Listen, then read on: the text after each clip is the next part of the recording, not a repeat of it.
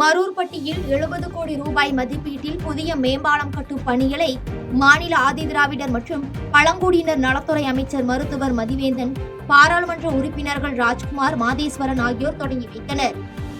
நாமக்கல் மாவட்டம் மரூர்பட்டியில் 70 கோடி ரூபாய் மதிப்பீட்டில் புதிய மேம்பாலம் கட்டும் பணிகளுக்கு மாநில ஆதிதிராவிடர் மற்றும் பழங்குடியினர் நலத்துறை அமைச்சர் மருத்துவர் மதிவேந்தன், பாராளுமன்ற உறுப்பினர்கள் KRN ராஜ்குமார் மற்றும் மாதேஸ்வரன் ஆகியோர் அடிக்கல் நாட்டி பணிகளை தொடங்கி வைத்தனர். இதனைத் தொடர்ந்து செய்தியாளர்களிடம் கூட்டாக பேசிய மாநில ஆதிதிராவிடர் பழங்குடியினர் நலத்துறை அமைச்சர் மருத்துவர் மதிவேந்தன், பாராளுமன்ற மாநிலங்களவை உறுப்பினர் ராஜேஷ்குமார் ஆகியோர் கூறுகையில், நாமக்கல் புதிய பேருந்து நிலையத்திலிருந்து சேந்தமங்கலம், துறையூர், திருச்சி ஆகிய சாலைகளை இணைக்கும் வகையில் சுற்றுவட்ட சாலை 3ஆம் கட்ட பணிகள் 194 கோடி ரூபாய் மதிப்பீட்டில் 90% நிறைவடைந்ததாகவும், ரயில்வே மேம்பாலம் கட்டுவதற்கு திட்ட மதிப்பீட்டில் 70 கோடி ரூபாய் ஒதுக்கீடு செய்யப்பட்டதாகவும் தெரிவித்தனர். முதல் 3 கட்டங்கள் அந்த சாலை அமைக்கின்ற பணிக்கு மாண்புமிகு முதலமைச்சர் அவர்கள் 194 கோடி ரூபாய் செலவிலே அந்த நிதி ஒதுக்கீடும் செய்தார்.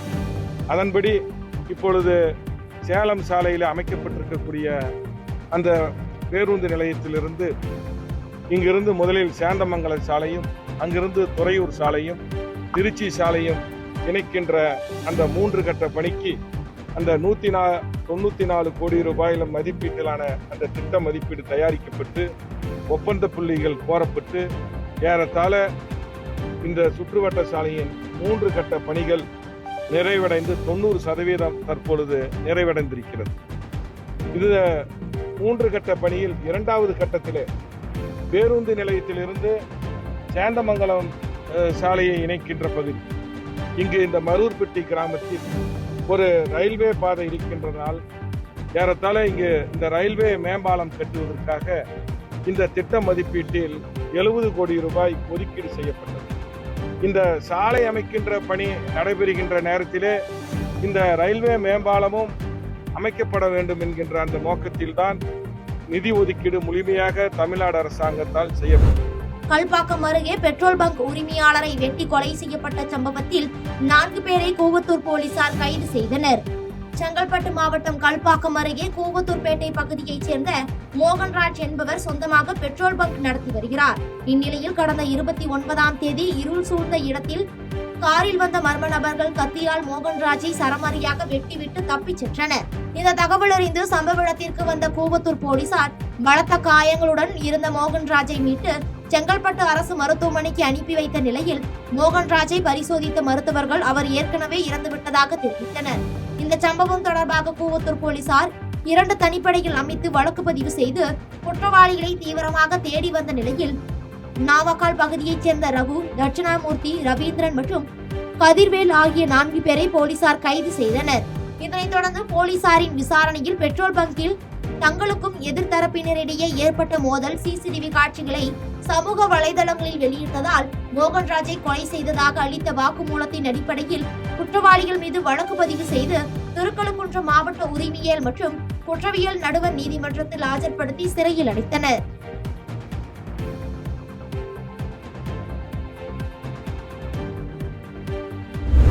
விஜய்க்கு பெரிய ஆதரவு இளைஞர் மத்தியில் உள்ளது.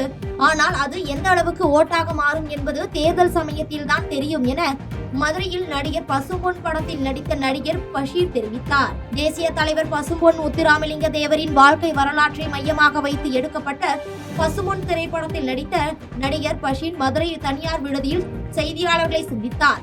தேசிய தலைவர் பசும்பொன் முத்துராமலிங்க தேவரின் வாழ்க்கை வரலாற்றை மையமாக வைத்து எடுக்கப்பட்ட பசும்பொன் திரைப்படத்தில் நடித்த நடிகர் பஷீர் மதுரை தனியார் விடுதியில் செய்தியாளர்களை சந்தித்தார். அப்போது பேசியவர், லாக்அப் மரணங்கள் எல்லா ஆட்சியிலும் இருந்ததாகவும், சாத்தான்குளம் பிரச்சனை போல இந்த பிரச்சனையும் உருவாகி உள்ளதாகவும், ஆனால் எந்த ஒரு முதல்வரும் இதுவரை மன்னிப்பு கேட்பதாக வரலாற்றில் இல்லை எனவும், ஆனால் மன்னிப்பு கேட்டதால் முதல்வர் மாமனிதராகி உள்ளதாகவும் தெரிவித்தார். இதனைத் தொடர்ந்து விஜய்க்கு பெரிய ஆதரவு இளைஞர் மத்தியில் உள்ளதாகவும், ஆனால் அது எந்த அளவுக்கு ஓட்டாக மாறும் என்பது தேர்தல் சமயத்தில் தான் தெரியும் எனவும் தெரிவித்தார். ஆனால் அவங்க இன்னும் அரசியல் களத்துக்கே வரல. சும்மா எதுனா யார் வேணால் கான்ட்ரவர்சிக்காக பேசிடலாம், சும்மா மைக் கிடைச்சதுன்னு சொல்லி பேசிட்டு அவர் அடையாளப்படுத்தி பேசிட்டு இருக்காரு. இன்றைக்கி வந்து ஒரு வீட்டை வழி நடத்துறது மிகப்பெரிய சிரமமான சூழ்நிலையில் இன்றைக்கி ஒரு நாட்டை ஒரு வழி நடத்துகிறாங்கன்னா எவ்வளோ பெரிய சங்கடமான விஷயமா இருக்கும். இதையும் மீறி சில விஷயங்கள் வந்து நடக்கும்போது அதுக்கெல்லாம் முதலமைச்சர் பொறுப்பேற்றுட்டு இதுவரைக்கும் எந்த முதலமைச்சரும் மன்னிப்பு கேட்டதா எனக்கு தெரிஞ்சு சரித்திரம் கிடையாது. முதல் முறையாக ஸ்டாலின் அவர்கள் வந்து மன்னிப்பு கேட்டது வந்து எந்த முதலமைச்சரும் கேட்காத ஒரு விஷயத்தை செய்யாத ஒரு விஷயத்தை அவர் செஞ்சுருக்காரு. இது வரைக்கும் எந்த முதலமைச்சரும் செஞ்சதே கிடையாது. ஏன்னா ஒரு விஷயம் தவறு நடந்துச்சு, அந்த தவறை வந்து நேரடியாக தொலைபேசியில் அந்த அம்மா கிட்ட வந்து நம்ம பையன் இறந்தது உங்களால் ஈடு செய்ய முடியாத விஷயம், என்னை மன்னிச்சிருங்க அப்படின்னு சொல்லி ஒரு மன்னிப்பு கேட்குறாருன்னா அந்த தாய் உள்ளத்தை நம்ம கண்டிப்பாக பாராட்டணும். நிச்சயமாக எல்லாருக்கும் தண்டனை வாங்கி கொடுத்துருக்காரு. பிரவீன்ராஜ் முன்ஜாமீன் மனு இதுவரை நிலுவையில் உள்ள நிலையில் நோட்டீஸ் எதுவும் இல்லாமல் அதிரடியாக போலீசார் கைது செய்தது கண்டிக்கத்தக்கது என உயர்நீதிமன்ற வழக்கறிஞர் குற்றம் சாட்டியுள்ளார். சென்னை உயர்நீதிமன்றத்தில் வழக்கறிஞர் மகேஷ்குமார் செய்தியாளர்களை சந்தித்தார். அப்போது பேசிய அவர், பகல்காமில் தீவிரவாத தாக்குதல் நடத்தியவர்கள் குறித்து விமர்சித்ததால் பிரவீன்ராஜ் கைது செய்யப்படவில்லை என்றும் இது முற்றிலும் தவறான தகவல் எனவும் தெரிவித்தார். மேலும் பேசியவர், திருவாலங்காடு பகுதியில் ரயில் தண்டவாளத்தில் போல்ட் கழற்றப்பட்ட சம்பவத்தை இஸ்லாமியர்கள் செய்ததாக பொருள்படும்படி பிரவீன்ராஜ் தனது சமூக வலைதள பக்கத்தில் பதிவிட்டு இருந்ததாகவும், ஆனால் இந்த சம்பவத்தை உத்தரகாண்ட் சாமியார் ஓம் செய்ததாகவும் குறிப்பிட்டார். இதனைத் தொடர்ந்து அவர் சமூக வலைதள பக்கத்தில் தவறான தகவல்களை பகிர்ந்து பொதுமக்களிடையே பதற்றத்தை உருவாக்கி பொது அமைதிக்கு பாதிப்பு ஏற்படுத்தும் விதமாக பதிவிட்டதற்கு வழக்கு பதிவு செய்யப்பட்டு காவல்துறையால் கைது செய்யப்பட்டதாகவும் தெரிவித்தார். மேலும் பிரவீன்ராஜ் முன்ஜாமீன் மனு இதுவரை நிலுவையில் உள்ள நிலையில் நோட்டீஸ் எதுவும் இன்றி நேற்று அதிரடியாக போலீசார் கைது செய்தது கண்டிக்கத்தக்கது என குற்றம் சாட்டினார். வந்து ராசிபுரம் காவல் நிலையம் வந்து அவர் மே 2வது வாரத்தில் விசாரிக்கிறாங்க. இந்த விஷயம் தெரிந்து நாங்கள் வந்து முன்ஜாமீன் மனு 14/5 வந்து நாங்கள் உயர்நீதிமன்றத்தில் முன்ஜாமீன் மனு போடுறோம். அந்த மனு இந்நாள் வர நிலையில தான் இருக்கு. அப்படி இருக்கும் பட்சத்தில் மே மாதம் 14ஆம் தேதி நாமக்கல் மாவட்டம் நல்லிப்பாளையம் காவல் நிலையம் இதே சம்பவத்திற்காக ஒரு வழக்கு அவர் மேலே தொடர்ந்து நேற்று அதிரடியாக கைது பண்ணுறாங்க.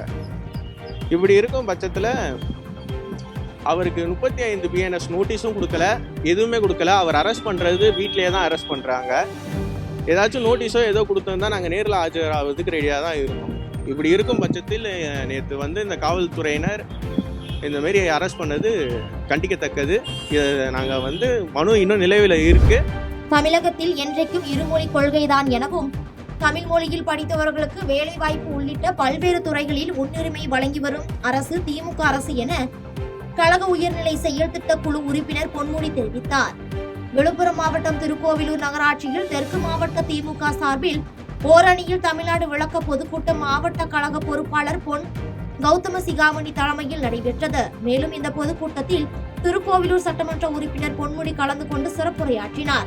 அப்போது பேசிய பொன்முடி, தமிழ் மொழியில் படித்த மாணவர்களுக்கு அரசு வேலைவாய்ப்பு உள்ளிட்ட பல்வேறு துறைகளில் முன்னுரிமை அளித்து வரும் அரசுதான் நம் திமுக அரசு என பெருமிதம் தெரிவித்தார். தொடர்ந்து தமிழகத்தில் என்றைக்கும் இருமொழி கொள்கை மட்டுமே எனவும், ஒன்றிய அரசு இந்தி மொழியை திணிக்க முற்படுகிறதாகவும், ஆனால் அது ஒருபோதும் தமிழகத்தில் நடக்காது எனவும் தெரிவித்தார்.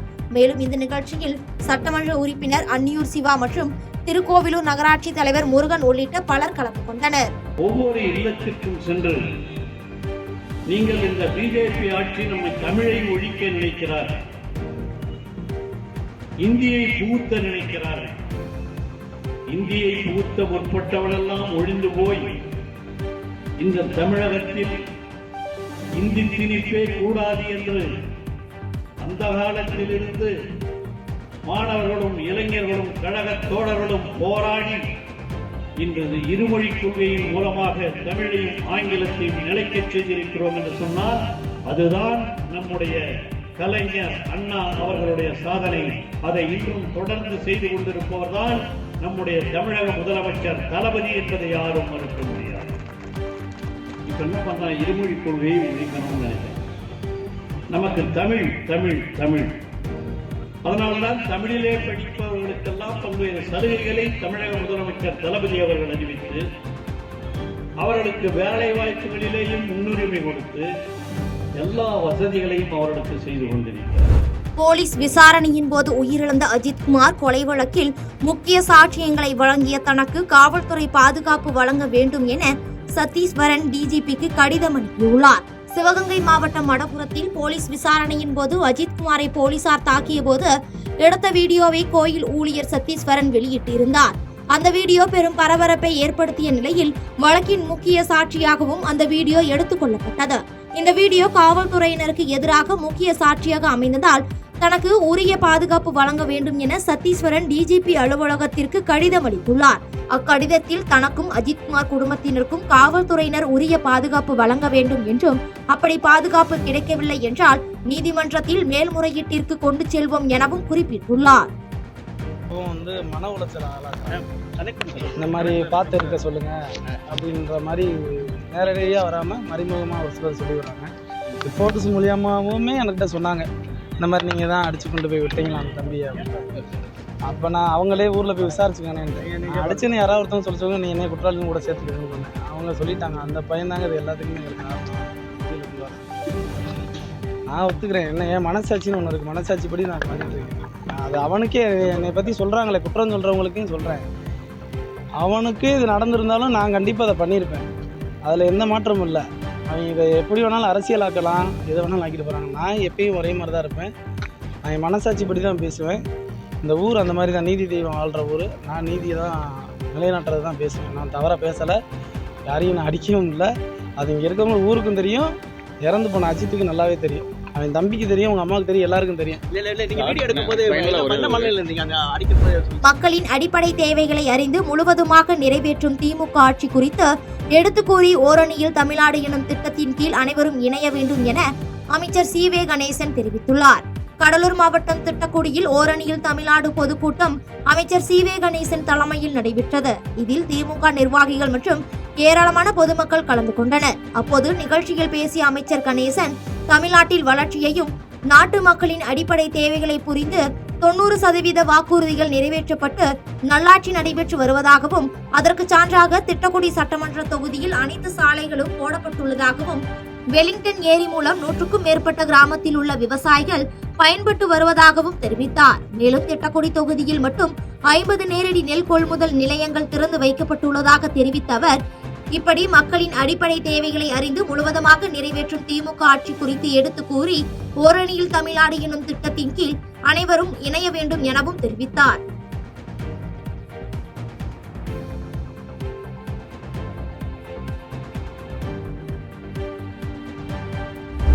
அரியலூர் மாவட்டம் ஆண்டிமடம் ஒன்றியத்திற்குட்பட்ட தேவனூர் கிராமத்தில் ஓரணியில் தமிழ்நாடு பரப்புரையில் உறுப்பினரை சேர்க்கின்ற பணியை போக்குவரத்து அமைச்சர் சிவசங்கர் தொடங்கி வைத்தார்.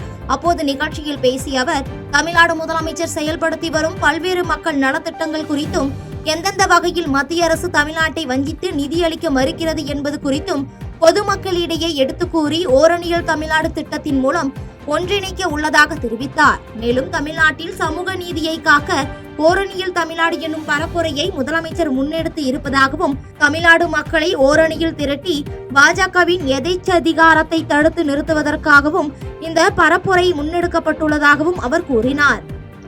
தமிழ்நாடு முதலமைச்சர் தளபதி அவர்களுடைய ஆணைப்படி தமிழ்நாடு எங்கும் ஓரணியில் தமிழ்நாடு பரப்புரையை முன்னெடுத்து உறுப்பினர் சேர்க்கை பணி இன்றைக்கு துவங்குகிறது.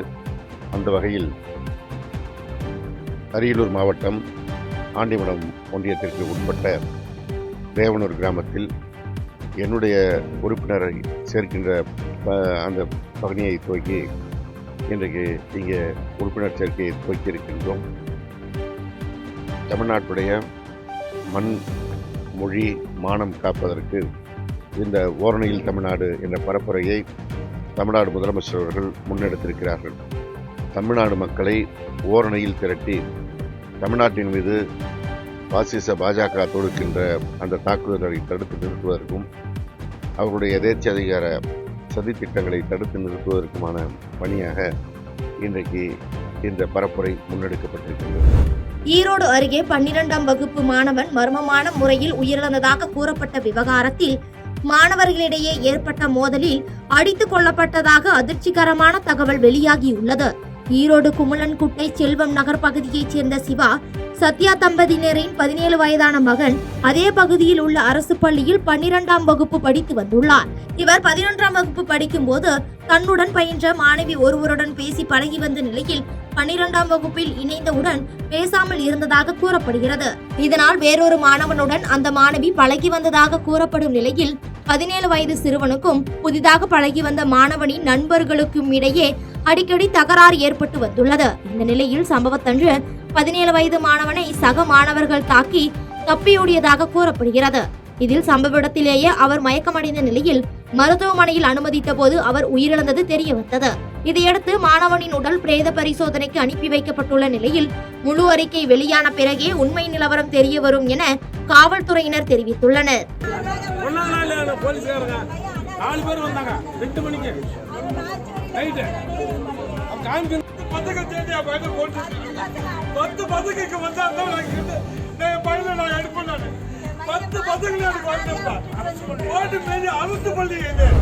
போலீஸ் தாக்கியதில் உயிரிழந்த அஜித்குமாரின் வீட்டிற்கு நேரில் சென்று தமாக சார்பில் ஆறுதல் தெரிவிக்கப்பட்டு 1 லட்சம் ரூபாய் நிவாரணத் தொகை வழங்கப்பட்டது. சிவகங்கை மாவட்டம் வடபுறத்தில் போலீஸ் விசாரணையின் போது தாக்கியதில் அஜித்குமார் என்ற இளைஞர் உயிரிழந்த சம்பவம் தமிழ்நாடு முழுவதும் பெரும் பரபரப்பை ஏற்படுத்தியுள்ளது. இந்த நிலையில் பல்வேறு அரசியல் கட்சிகள் பாதிக்கப்பட்ட அஜித் குடும்பத்தாரிடம் ஆறுதல் கூறி நிதி உதவி அளித்து வரும் நிலையில் தமாக சார்பில் முன்னாள் MP உடையப்பன் மற்றும் முன்னாள் சட்டமன்ற உறுப்பினர் KSK ராஜேந்திரன் ஆகியோர் நேரில் சென்று அஜித் குடும்பத்தாரிடம் ஆறுதல் கூறினர். மேலும் தமிழ் மாநில காங்கிரஸ் கட்சி எப்போதும் தங்களின் குடும்பத்திற்கு துணை நிற்கும் என கூறிய அவர்கள் தமாக சார்பில் 1 லட்சம் ரூபாய் நிதியும் அளித்தனர்.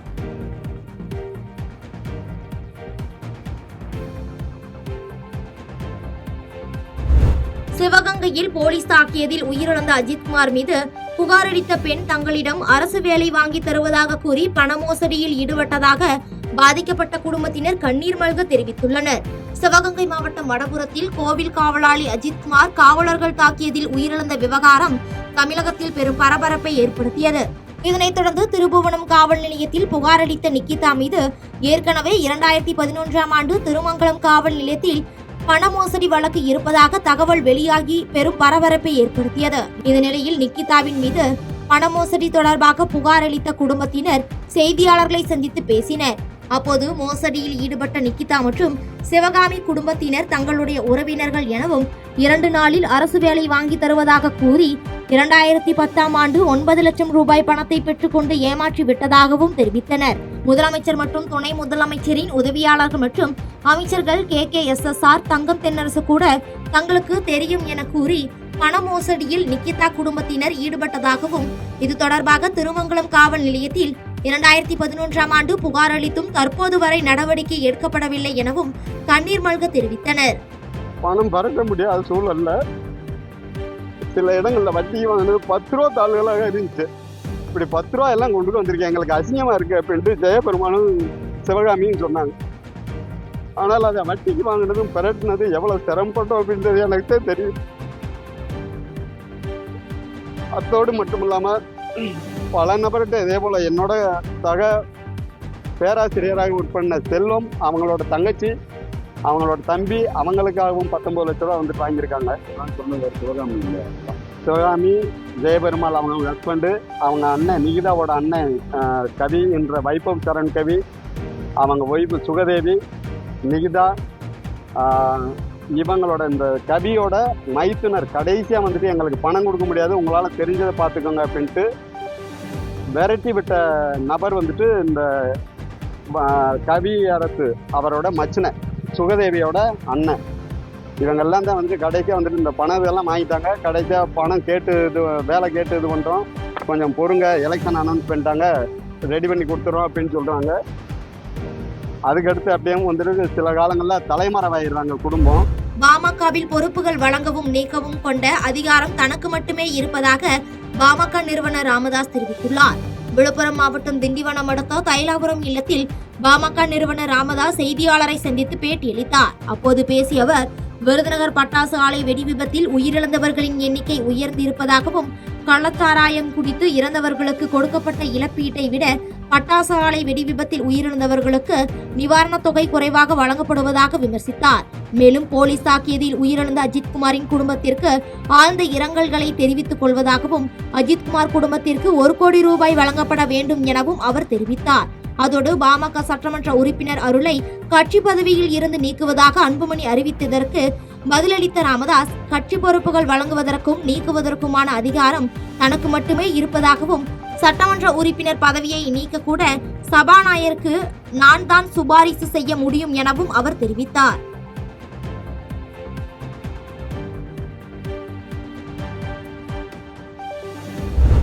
போலீஸ் கஸ்டடியில் உயிரிழந்த அஜித்குமாரின் வீட்டிற்கு தாவேக தலைவர் விஜய் சென்று இருப்பது ஸ்டென்ட் என அமைச்சர் ரகுபதி விமர்சித்துள்ளார். புதுக்கோட்டையில் ஓரணியில் தமிழ்நாடு திட்டத்தின் கீழ் உறுப்பினர் சேர்க்கை முகாமினை அமைச்சர் ரகுபதி தொடக்கி வைத்தார். இதையடுத்து செய்தியாளர்களை சந்தித்து பேசிய அவர், தமிழ்நாடு முதலமைச்சரை விமர்சிக்க எடப்பாடி பழனிசாமிக்கு தார்மீக உரிமை கிடையாது எனவும், அவரது ஆட்சியில் தூத்துக்குடியில் காக்கை குருவிகளைப் போல மக்களை சுட்டு கொன்றார்கள் எனவும் விமர்சித்தார். இறந்து போன அஜித்குமாரின் குடும்பத்திற்கு தமிழ்நாட்டின் முதலமைச்சர் என்ற வகையில் ஆறுதல் சொல்ல வேண்டியது அவரது கடமை எனவும், இறந்து போன அஜித்குமாரின் குடும்பத்திற்கு தமிழ்நாட்டின் முதலமைச்சர் என்ற வகையில் ஆறுதல் சொல்ல வேண்டியது அவரது கடமை எனவும், கடமை உணர்வு என்று எதுவுமே இல்லாத எடப்பாடி பழனிசாமி முதலமைச்சரை பற்றி கவலைப்பட வேண்டாம் எனவும் தெரிவித்தார். மேலும் போலீஸ் கஸ்டடியில் உயிரிழந்த அஜித்குமாரின் வீட்டிற்கு தாவேக தலைவர் விஜய் சென்றிருப்பது ஸ்டென்ட் எனவும், மக்கள் மனதில் திமுக இருக்கும் வரை அரசியலில் எந்த ஸ்டென்ட்டும் எடுபடாது எனவும் அவர் விமர்சனம் செய்தார். குற்ற உணர்வே இல்லாம பேசிருக்காரு, என்ன வேணாலும் பண்ணி தரேன்னு சொல்றாரு. உயிரிழந்த அஜித்குமார் உயிரை திருப்பி கொடுக்க முடியுமான்னு கேட்டிருக்காரு. எடப்பாடிக்கு என்றைக்குமே தார்மீக உணர்வே கிடையாது. அன்றைக்கு தூத்துக்குடியில் சம்பவம் நடந்த போது காக்கை குருவிகளைப் போல சுட்டு கொல்லப்பட்டார்கள். அதை கேட்ட பொழுது நான் அதை டிவியில் தான் பார்த்து தெரிந்து கொண்டேன், தொலைக்காட்சியில் பார்த்து தெரிந்து கொண்டேன் என்று சொல்லக்கூடிய அளவுக்கு ஒரு முதலமைச்சராக இருந்தவர். அவரிடத்தில் நாகரிகத்தை நாம் எதிர்பார்க்க முடியாது. அதே நேரத்தில் தலைவர் தளபதி அவர்கள் நாகரிகம் உள்ளவர், மற்றவர்களுடைய உணர்வுகளுக்கு மரியாதை தரக்கூடியவர். இறந்து போன அஜித்குமாருடைய குடும்பத்திற்கு தமிழ்நாட்டினுடைய முதலமைச்சர் என்கின்ற முறையிலே ஆறுதல் சொல்ல வேண்டியது அவருடைய பணி, கடமை. அதை உணர்ந்து செயலாற்றுகின்றவர் எங்களுடைய முதலமைச்சர். கடமை உணர்வு என்பது எதுவுமே இல்லாத ஒரு கொத்தடிமை எடப்பாடி பழனிசாமி. எனவே அவரை பற்றி நீங்கள் இதையெல்லாம் கவலையே படாது. தமிழக முதல்வர் அந்த திருப்பூர் டெலிஃபோன்ல ஆதரவு சொன்னாரு. இன்னைக்கு நேற்றுக்கு விஜய் திடீரென்று அந்த வீட்டுக்கு சென்று பல்வேறு நிதியுதவிகளை வாங்கியிருக்கிறார். சார், இதெல்லாம் அரசியலில் எந்த ஸ்டெண்டும் எடுபடாது. ஏன்னா நாங்கள் மக்களுடைய மனதிலே இருக்கின்றோம். மக்களுடைய மனதிலே தளபதி இருக்கின்ற பொழுது செய்திகளை உடனுக்குடன் தெரிந்து கொள்ள கீழ்கண்ட கேபிள் மற்றும் டிடிஹெச் நெட்வொர்க்குகளில் எம்நாடு செய்தி தொலைக்காட்சியை காணுங்கள். பாதகம் செய்பவரை கண்டால் நாம் பயம் கொள்ளலாகாது பாப்பா. மோதி மிதித்து விடு பாப்பா, அவர் முகத்தில் உமிழ்ந்து விடு பாப்பா. அண்மை செய்திகளை உடனுக்குடன் தெரிந்து கொள்ள இணைந்திருங்கள் எம்நாடு தொலைக்காட்சியுடன்.